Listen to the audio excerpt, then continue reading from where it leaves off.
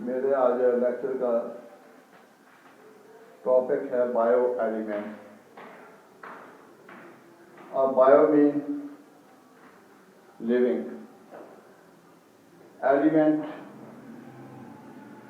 जो होता है ये एटम्स पर मुश्तमिल होता है और इसके अंदर जितने भी एटम्स होंगे उनमें सेम प्रोटॉन नंबर होगा, उसको एलिमेंट कहा जाता है।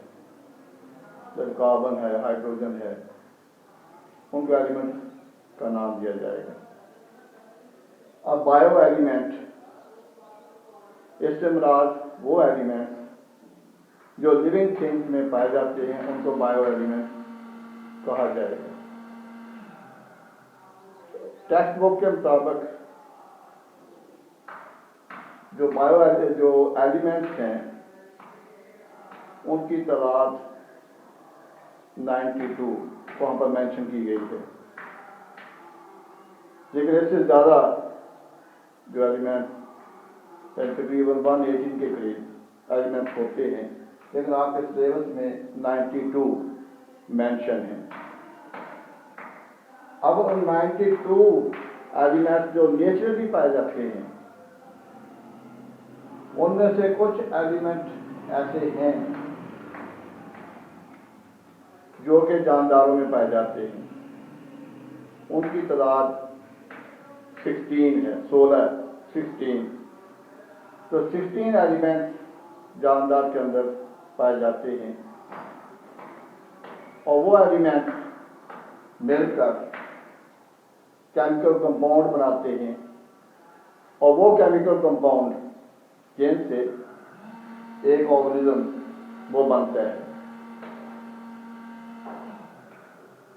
जैसे जहां पर मैं लिखा हुआ है, out of 92 naturally occurring chemical elements, only 16 are commonly used in forming chemical compounds from which living organisms are made.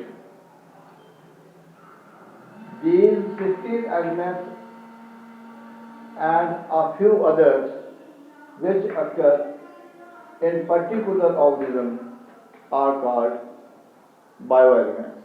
उनको बायोएलिमेंट्स कहा जाएगा। तो अगर क्वेश्चन आता है बायोएलिमेंट्स के मतलब शॉर्ट क्वेश्चन, तो ये पूरा लिखना होगा।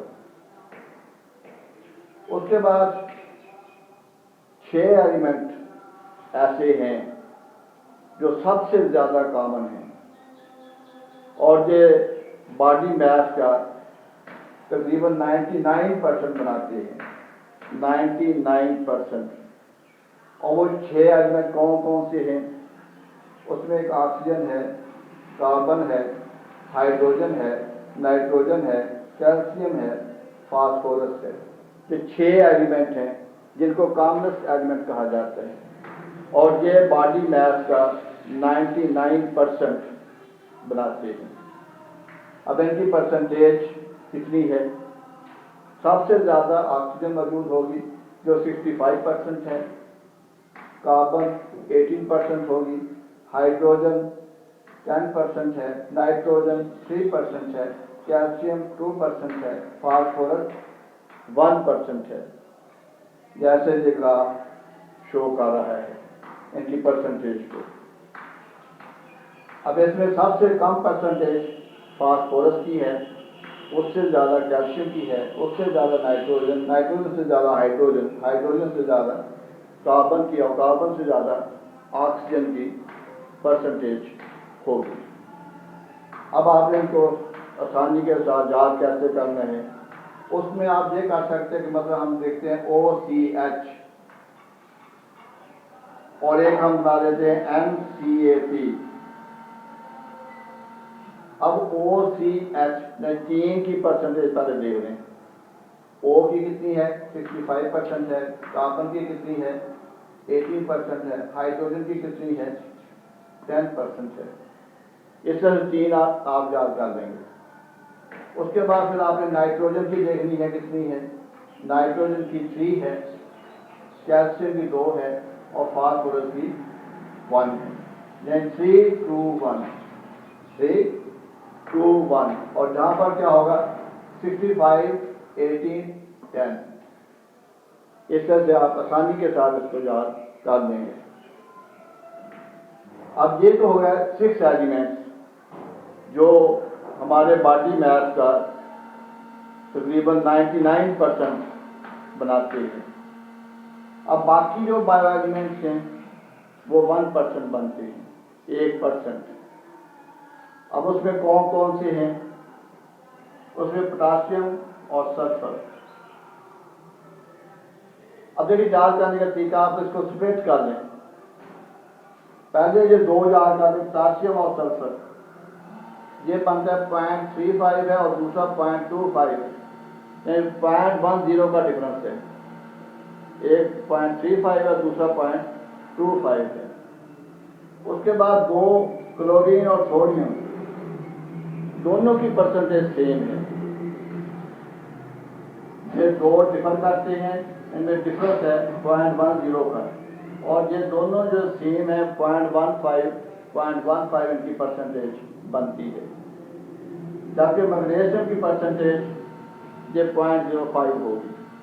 इस तरह से ये जो 5 हैं ये आप आसानी के साथ इनकी परसेंटेज याद कर सकते हैं।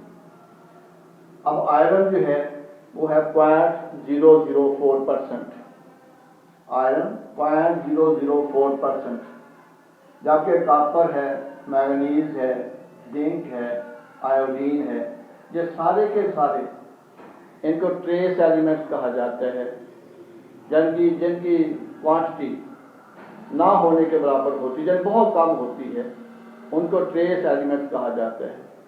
तो ट्रेस एलिमेंट्स भी ज़रूरी होते हैं। तो कॉपर है, मैंगनीज है, जिंक है, आयोडीन है, these are called trace elements.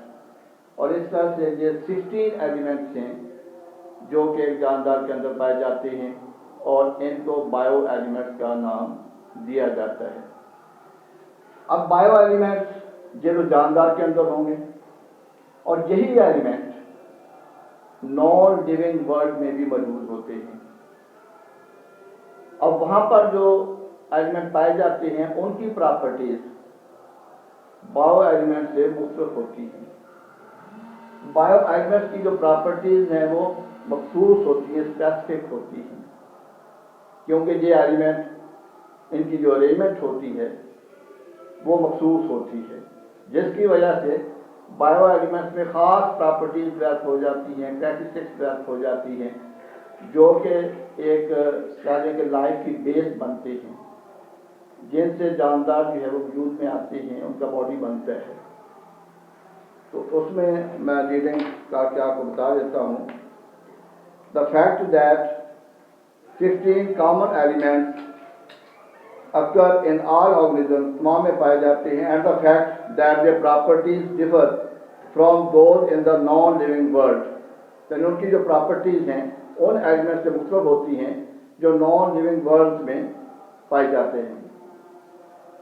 shows that bioelements have special properties, the specific properties, the special properties होती हैं which make them particularly appropriate, जो कि उसको मखसूस बना देती हैं, मुनासिब बना देती हैं as basis for life, और इस तरह से लाइफ की बेसिस जो है वो उसमें शुमार होते हैं।